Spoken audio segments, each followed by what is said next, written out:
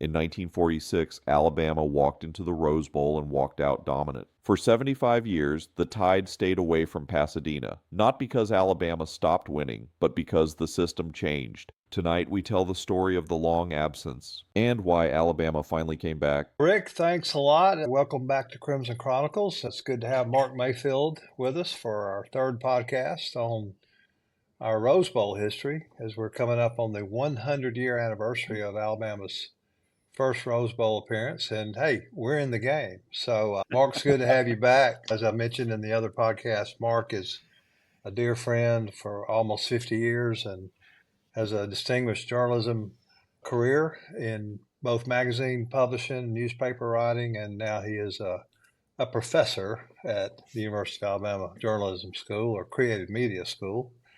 And he is our co-author of Remember the Rose Bowl book that will be coming out soon, published by the Paul W. Bryant Museum.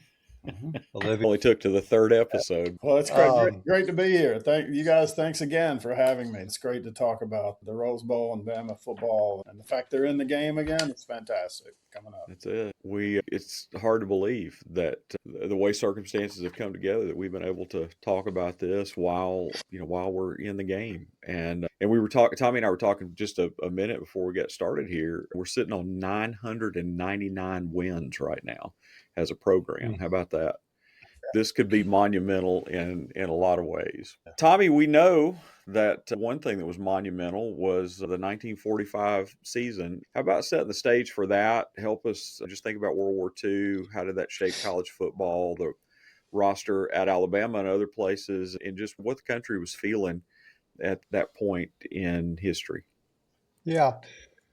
Well, I'm going to also tell you what Frank Thomas has been up to since our last Rose Bowl game, where we lost to Cal in the 1938 Rose Bowl, finished 9-1 that year. But Frank Thomas continued to be a great coach for Alabama. A 38 season finished 7-1-1, 39 season 5-3-1, the 40 season 7-2-0, the 41 season was 9-2-0, and we were later dubbed national champions by the Holgate system for the 41 season.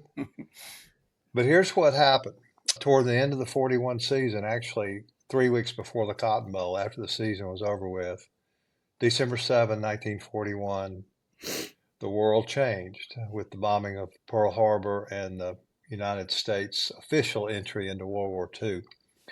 And this sort of wrecked college football all across the country because the military was especially looking for very athletic, able-bodied men to serve in the military. College football teams were gutted.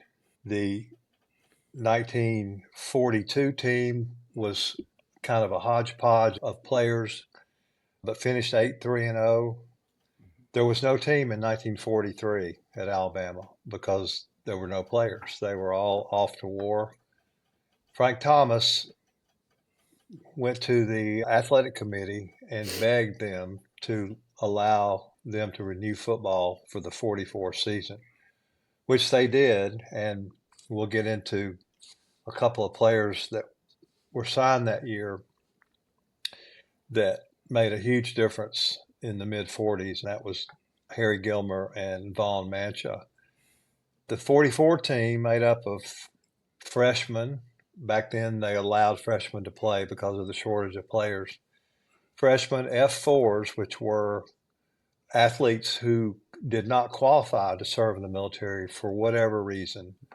In Harry Gilmer's case, he had a stomach disorder, had bad stomach ulcers, and was not allowed to play. Vaughn Mancha had an eye problem. He had a bow and arrow accident as a child and had lost vision in one of his eyes and was ruled out for military service, although he did serve in some capacity in the military. They ended up losing a close game to Duke in the Sugar Bowl. So that leads us up to the 45 season. And it was an unbelievable year made up of a bunch of freshmen and sophomores, and Coach Thomas had dubbed them the War Babies.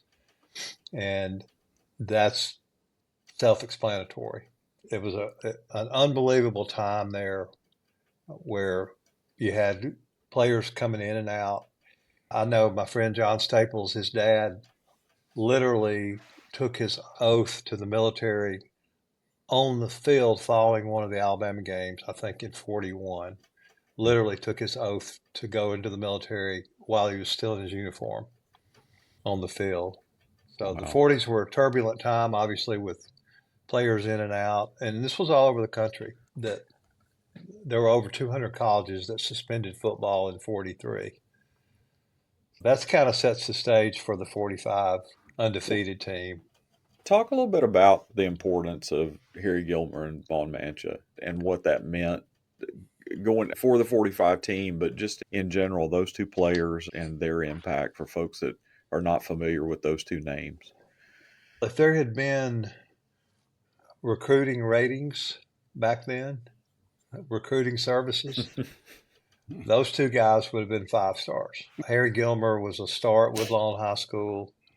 Vaughn Mancha had a great high school career.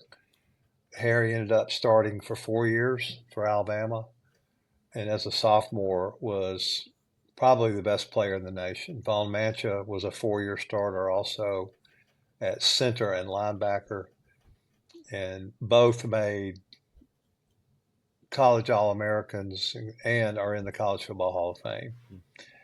And there's nothing to describe Harry Gilmer other than perfection. He was considered the master of the jump pass. He wasn't real tall, so he felt like he had to jump up over the line to see his receivers. And he was the best at it and had an unbelievable career at Alabama. But those two guys were the bell cows for our teams in 44 when they came as freshmen, 45 as sophomores, 46 and 47. And Coach Thomas was so proud of those guys, especially in 45 when he said, "My war babies have grown up."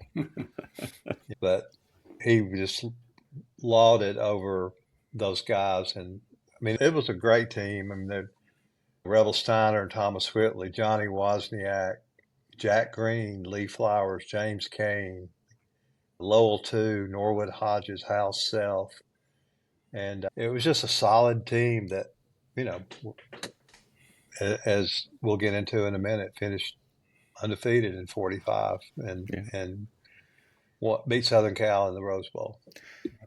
So 9-0, they finished in the regular season. How remarkable is that with everything that was going on nationally, all the things that were happening around them for a team to be able to finish undefeated in that time frame? Is anything that can rejuvenate people and make people feel good about what's going on, even with a war being fought in 2 continents. Alabama football really made people feel good, especially in Alabama. And like I said, every team had gone through these issues with players coming and going. And toward the end of the war, they started coming back. And not only did the crowds welcome people back from the war, but they welcomed them back to the football stadiums as well. And it was just a huge boost for our fans, not only for the war to be over with, but for Alabama football to be back. Yeah. Tommy talking about my dad, and that that was his experience. He came back from the war, entered university on the GI Bill, and Harry Gilmer and Vaughn Mancha and those guys that's the team that he talked about. That's what he came home to.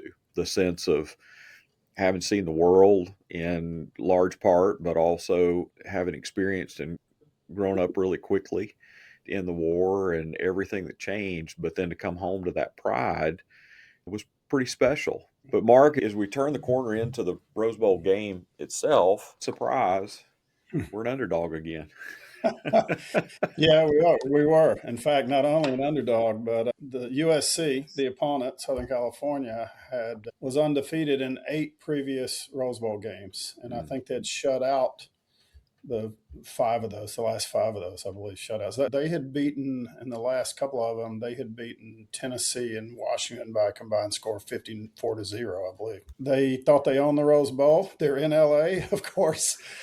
They just considered it basically their home stadium too. They had the fans on their side. They had everything going for them. Alabama had this incredible reputation for coming out there and winning games, and they had lost that one to California in the 1938 Rose Bowl. But otherwise, they had done so well in Rose Bowl games, under 3-0-1 before that one, and they were stacking up these wins. They go out to face USC, but Alabama had scored, I believe they set a record for score. They had scored 396 points, I believe, in that season, averaging 44 points a game in that 9-0 run. That average stayed for decades for this team in terms of the full regular season. They had given up 80 points, average of 8.8 points, 396 to 80. Bama was a dominant team, but they were still an underdog. But they were not about to go out there and act like an underdog. So they get in this game, and as Tommy described with Harry Gilmer and the group, it's just incredible. They just blasted Southern Cal. They could have named their score. They got out to a 20-0 halftime lead. USC did not make a first down until the third quarter. Well into the third quarter, Bama goes on up to 27-0. Then they go up to 34-0. It's 34-0, and Frank Thomas empties his bench, and anybody on the sideline, basically, he empties the bench, and he called off the dogs. So much so. So what happened was USC scored a couple of basically garbage time, 2 touchdowns. The final score was 34-14. But even the USC coach, just to read one quick comment that we have in the book from him, it said, Southern California's Trojans went to the well 9 times before they fell in, but that 9th time, never, say the oldest historians, has the Rose Bowl witnessed a more convincing shellacking than Alabama's alert, hard-hitting Crimson Tide gave the Trojans yesterday in exploding the myth of Southern California Bowl invincibility. It was a tremendous win. It was the 1935 game where they did this offensive explosion against Stanford, but the score was closer than this one. It's 29-13 in that 35 game. But then Thomas, in many ways, it just seems this was the ode to his entire work at Alabama. This is what he had built. He had taken over for the greatest coach, Wallace Wade, at Alabama, and he had built onto it. And this was kind of the shining star for him. It just proved what this guy was about and what his players was about. And as Tommy talked about, these were the war babies growing up. These people played together.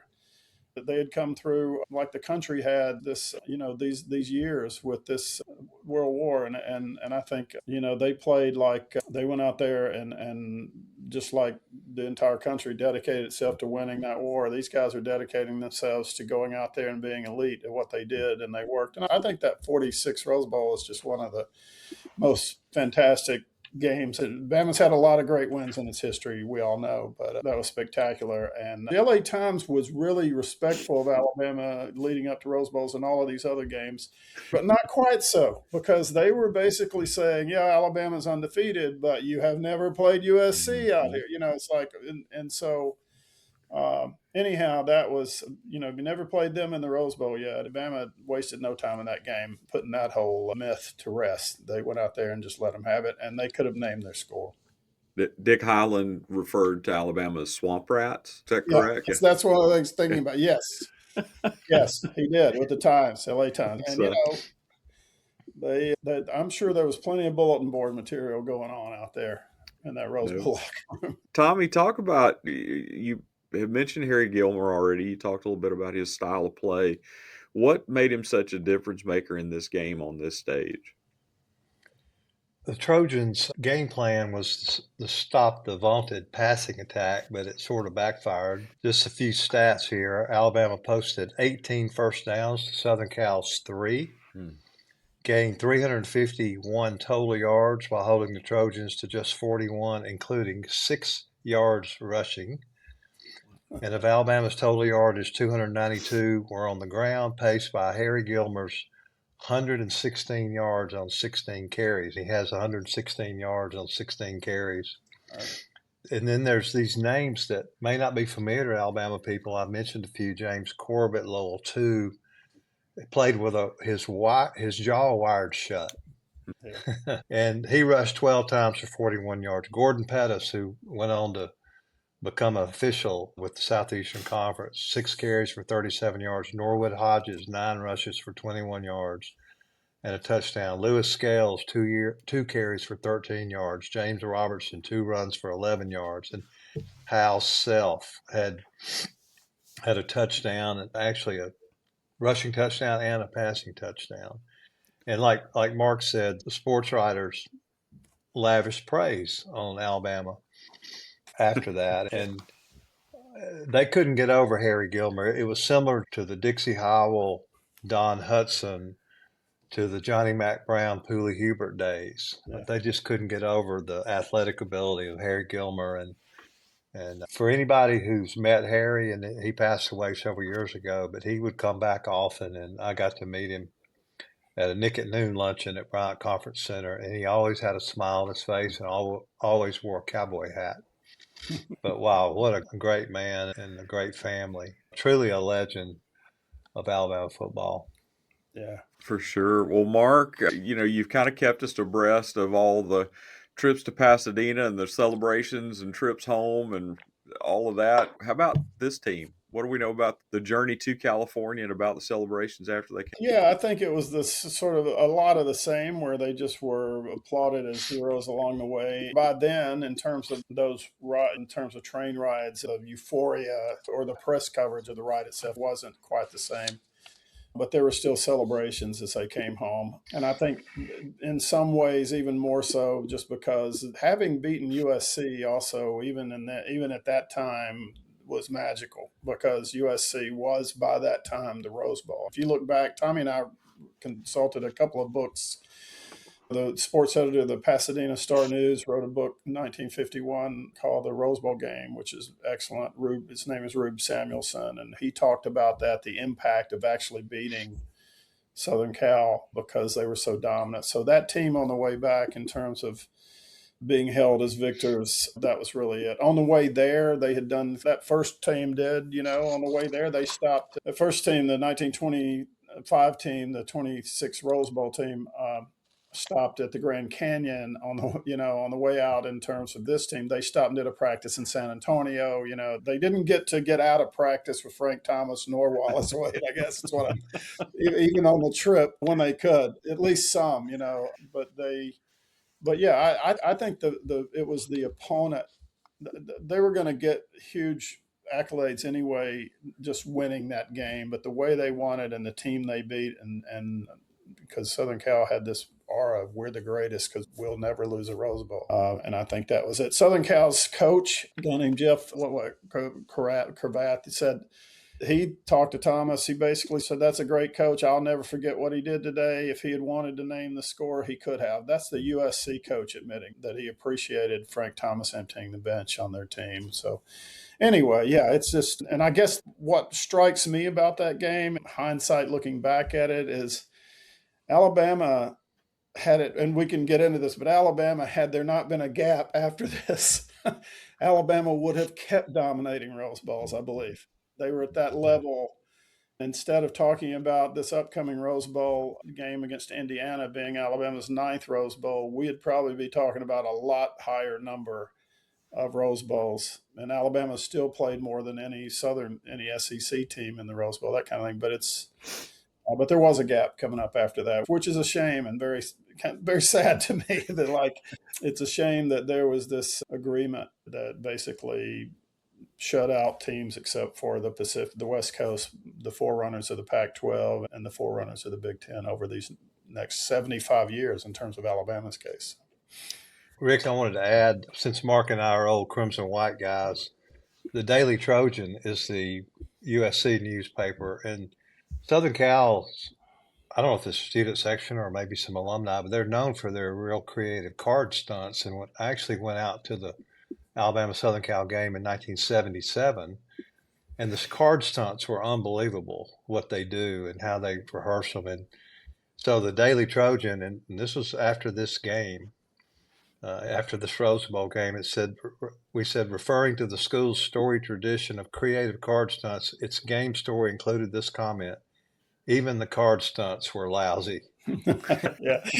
Yeah. And it said, in memoriam, 8-game win streak, Trojan Rose Bowl superiority, born against Penn State 1923, died against Alabama 1946. Yeah. Wow. So, Yeah, the designer of our book, Laura Lineberry, shout out to her. She devised up a graphic on the tombstone sort of thing. That's incredible. Well, it is great though to see that Daily Charger, as Tommy mentioned, that's a really good college newspaper, and it's good to see they were giving credit where credit's due and criticism where criticism's due back Right. then. That would not be indicative of today's social media. Before we talk about that 75-year gap, let's spend a little bit of time and talk about Coach Thomas. Coach Thomas really doesn't get the same sort of attention and probably the same sort of fanfare as our other national championship coaches, certainly not in proportion to what he meant nationally. Talk about his impact on Alabama football leading into this period into the mid-40s. yeah, well, as we mentioned in an earlier podcast, he succeeded Wallace Wade, had an unbelievable career at Alabama, but toward the end of his time was having some serious health issues. As a matter of fact, after the 45 season was over with, we quote him as saying, and this is from a book, Coach Tommy of the Crimson Tide by Naylor Stone, we quote him as saying, talking about the 45 season, I do not believe I could have held up all season if my boys had not given me such a lift with their great performances. He said, I'm a worn out man. I'm glad it's over. And that's when he gets the invitation to the Rose Bowl game. Yeah. So even then, his personal physician, Dr. Joe Hurst, traveled with him to every road game. And most of his problems had to do with heart issues and blood pressure. Hmm. And he was a sick man, really, during the 46th season especially, and ended up having to resign as head football coach. And Red Drew came in to succeed him. His last season, Frank Thomas was so sick that he had to coach from a wooden trailer on campus. And he had a loudspeaker where he could talk to the team. And we have a photo of that. He spent 3 months at the Duke Hospital. And when he was there, he would go out and see the Duke practices where the head coach was Wallace Wade. Wallace Wade had taken a 4-year sabbatical from coaching to go fight in World War II. He was 50-something years old, and he went off to fight in World War II. During that time, Coach Cameron filled in for him, and that's who Cameron Indoor Arena is named after on Duke's campus. But anyway, there's a great photo that we have of Coach Wallace Wade handing a football from that 26 Rose Bowl game to Frank Thomas after Frank Thomas had stayed in the Duke Hospital for about 3 months. Eventually, Coach Thomas had to resign as athletic director. We've actually got a copy of the letter in the book, and then passed away in 1954, relatively young, but one of the greatest coaches in Alabama history. And it's amazing, his and Nick Saban and Coach Bryant's winning percentages are almost identical. A great man, very well liked by his players, tough coach, had played for Newt Rockne at Notre Dame, roommates with George Gipp. I mean, what a storied career he had. And man, we miss him. He was a great coach. And like I mentioned in the previous podcast, Frank Thomas III has written one of our blurbs for the book, which will be coming out soon. Well, we certainly don't talk about him enough, I think. And hopefully, maybe this podcast will do a little bit and your book will do a lot to revive that conversation. All right, Mark. So we're going to, after 1946, we begin what I jokingly said last night is the intertestamental period, right? This is more than 40 years in the wilderness. This is 75 years that Alabama doesn't return to the Rose Bowl. That gap span from Alabama's big win over USC in the 1946 Rose Bowl game all the way up to the 2021 Rose Bowl game, which is a college football playoff semifinal against Notre Dame. That's a long time, 75 years. I think they just got tired of getting beat by Alabama out there, maybe. Maybe what I've heard all my life.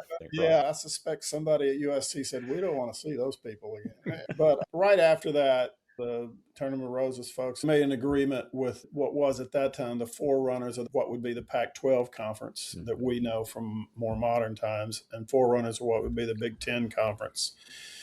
They made a pact that those two conferences, basically, those two groups would play each year in the what we said in an earlier podcast was the East-West game, championship game, or not, the East-West game. And would play in the Rose Bowl. I mean, it was called the Rose Bowl as well by then, of course, but it prevented Alabama from getting back. And believe me, there were people arguing about it in the media at the time. There was a lot written about it, criticism around the country about it. And so that lasted, in Alabama's case, for 75 years. But what happened in the interim in that time, Alabama did actually play in the Rose Bowl stadium toward the tail end of that 75-year gap. They did play in the year 2000 against a regular season game against UCLA. They lost that game.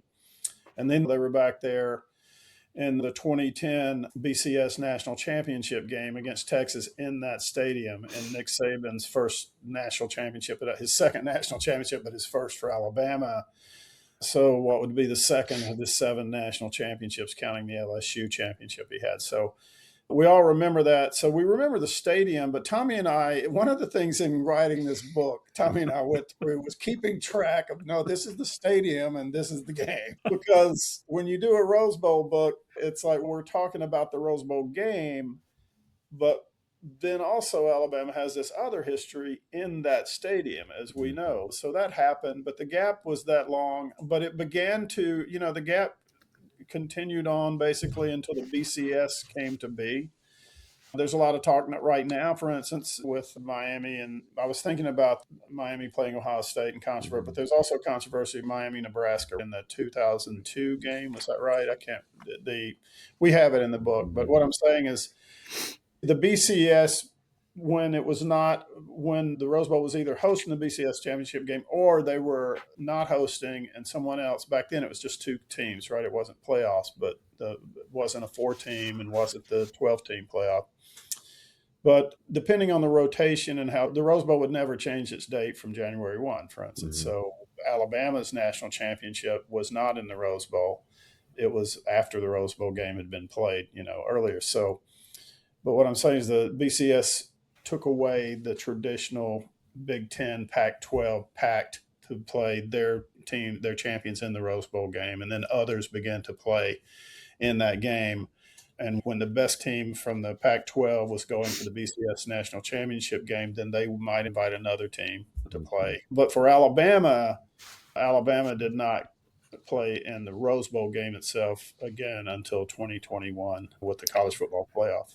And I'd love for you guys just to talk a little bit about, especially through your research, how much of this was about tradition and to what extent was all of this just really about protection of 2 conferences and 2 regions of the country and really giving the Big Ten and the Pac-12 the ability to continue to claim tradition and superiority even when they probably didn't always deserve that. So what do you think? Yeah, I mean, I think that was protecting them. I wanted somebody to dig in. Let's get in. Alabama nearly went to that game in 1961, Bear Bryant's team. Bear Bryant's first national championship team looked like they were going to go to the Rose Bowl because the Big Ten had not renewed the contract at that time. There's a quick gap in it. And most of the folks in the West Coast were wanting Alabama to come out and play. But some of the sports writers, Jim Murray, especially at the Los Angeles Times, Coach Bryant talked about this in his book and other things. He was railing against it because Alabama was a segregated team at that time, so he didn't. And then UCLA, some folks at UCLA said, we don't want to play that team. That's how Murray kind of defined it. But Coach Bryant and Alabama players took a different, they thought he was going way too far on that. So they let's just say Coach Brown and Jim Murray were not friends back then. But there were things like that coming about too. There were some issues that would crop up from time to time during that. But by and large, it was this Big Ten, Pac-12 pact. That's what kept Alabama and other schools outside of those conferences from going to that game for all of those years. If we fast forward then to the 2020 season and how the modern era changed the opportunity to be able to play in the Rose Bowl, Tommy, we of course also remember that that's the COVID-19 season. And so how did that change the 2020 season as we remember it? Just to look back, it was March 12th, 11th, 12th, 13th, somewhere where COVID hit and everything shut down. And Alabama was about to play Tennessee in the SEC basketball tournament. And I think we were the first game that day, and probably about 10:30 that morning, I think we were even shooting warm-ups, and they shut it down. And we all know what happened then. But early part of the summer in 2020, Greg Sankey, our SEC commissioner, went on record as saying, hey, we're not sure we can have football this year. And so, long story short, the University of Alabama suspended classes, I believe, Mark, if you could correct me if I'm wrong, but they had spring break and didn't come back, right, from spring break. So all the classes went online, Zoom, whatever. Finals were optional.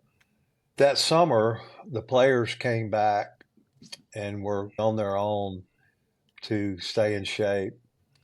They were getting tested for COVID about 3 times a week, social distancing, wearing masks everywhere, even in the weight room, workouts. In July, Commissioner Sankey announced that there would be a football season. It would be SEC games only for all the SEC teams. So the Middle Tennessees, Georgia Southerns, Chattanooga type games were off the schedule because they didn't feel like those schools had similar resources to combat the COVID-19 virus as the SEC schools had. And they just wanted to keep it in the family. So we started the season later to give our teams time to get back to campus, start classes, the protocols that they went by. And we didn't start the season until September 26th. We started out at Missouri. We had Texas A&M at home, at Ole Miss, played Georgia, at Tennessee. And keep in mind, these were in front of crowds of 15 to 18,000 people, socially distanced. It was the weirdest thing you've ever seen to go into Bryant-Denny Stadium, which holds 101,000 people, and to see 18,000 people scattered about. We beat Tennessee, Mississippi State, Kentucky, Auburn, at LSU, at Arkansas, beat Florida in the SEC championship game. So we obviously ranked number 1, and we get the Rose Bowl bid in the Dallas area. The Rose Bowl petitioned the state of California to allow them to have the Rose Bowl, even with social distancing. California had a policy or whatever that they made that no games anywhere. So that's when the Rose Bowl at some point literally moved the game to Arlington, Texas. So there we were in Arlington, Texas, playing Notre Dame in the Rose Bowl, which was bizarre. So, and we know what happened. We beat Notre Dame handily. The score was respectable, but like I quoted Steve Sarkisian, who was our offensive coordinator at the time and actually filled in for Nick Saban during the Auburn game that year while Coach Saban stayed at home with COVID, if you'll remember. Sarkisian said, look, once we got to that lead of, I think, 31-7 or 31-4, we just took our foot off the gas because we knew Notre Dame didn't have the offense to come back. But Mark and I have to kind of remind ourselves that was not the national championship game. So in our book, Remember the Rose Bowl, we treat it as a semifinal game, which it was. We also have a short story about where they went from there, beating Ohio State to win the 2020 national championship.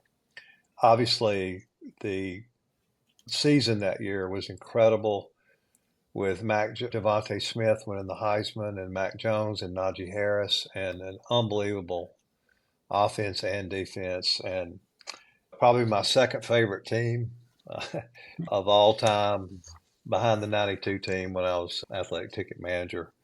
But it was just an unbelievable year, and I'm not sure Coach Saban was more prouder of a team than that one, and all that they went through with all the protocols and the social distancing and the crowd noise piped in the stadiums. Yeah. So I don't know if Mark's got anything else to say about that season, but No, man, it was. I just think you covered all of that. It's such a great team, and such a shame that such a fantastic, one of the greatest teams in college football history couldn't play before more people. That game, a national championship game against Ohio State. And it's interesting because it's what Tommy was saying. When we were out the Rose Bowl in March, meeting with folks out there, and they've got this plaque of Devontae Smith sitting there, Rose Bowl, right? But he didn't play. And you're going, wait. Oh yes, it was. It was at AT&T Stadium in Dallas. So it's sort of like what. But that was from that semifinal game, but it was the Rose Bowl. And yeah, writing a book like this will kind of mess with your mind a little bit because you're going, wait a minute, I want to just mention everything connected to Pasadena. No, that was the stadium. That wasn't the game, the Rose Bowl game. But then this one in the 2021 season, I think, or the 2021 Rose Bowl 2020 season. So, yeah, it's like Tommy was saying, so special and such a shame that they didn't get played because 10 SEC teams they played. Tommy, you got that's tough. People are complaining about the 9-game schedule coming up next year. What about that schedule? That year they played 10 of them. But yeah, an incredible team and really special. And it's neat though that they did have the Rose Bowl as part of that year, even though the game was not in Pasadena. It was a real Rose Bowl. That was it. Yeah, well, and there's something probably a little bit appropriate about that. 2020 seems a little bit like a fever dream anyway.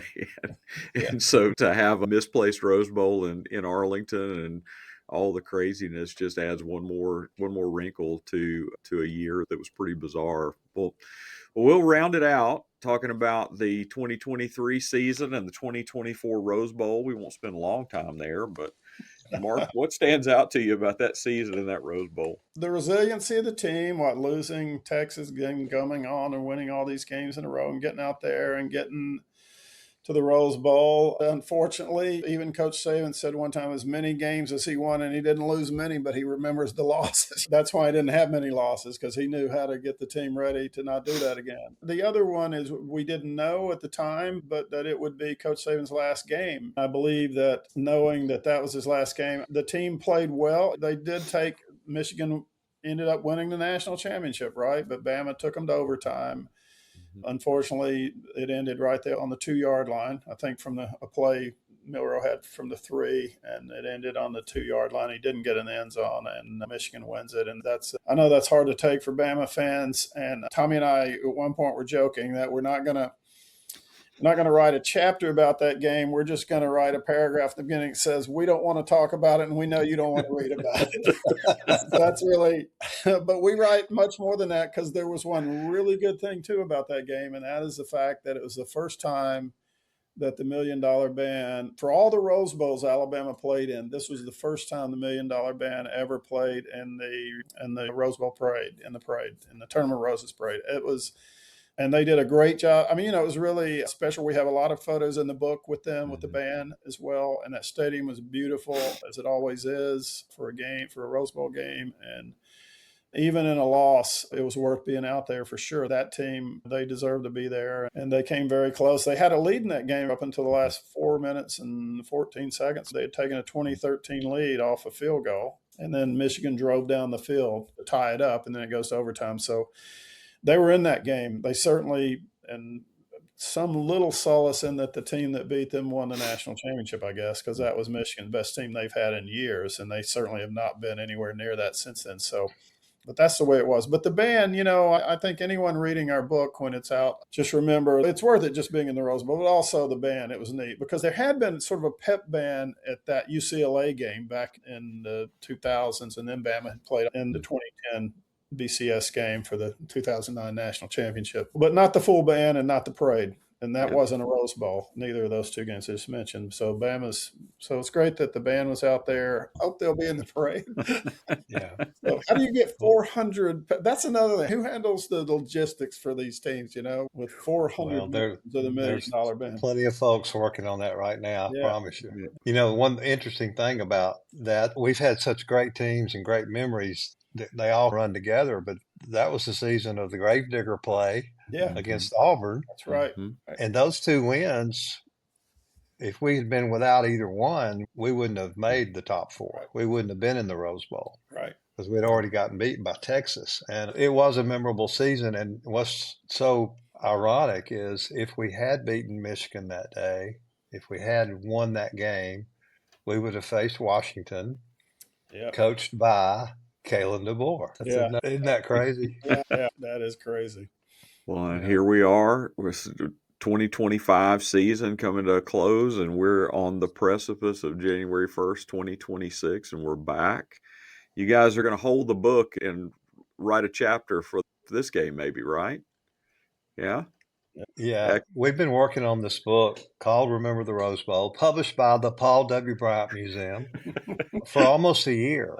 I had this idea probably 5, 6, 7 years ago, knowing with all the books that Mark and I have written, we've always talked about that 26 Rose Bowl. Yes. So years ago, I'm thinking 2026 isn't far away.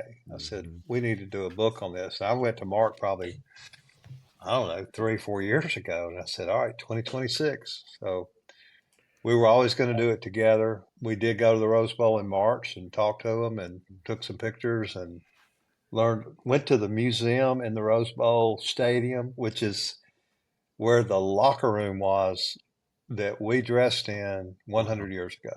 Wow. Yeah. The actual room that is now a museum used to be the visitors' locker room.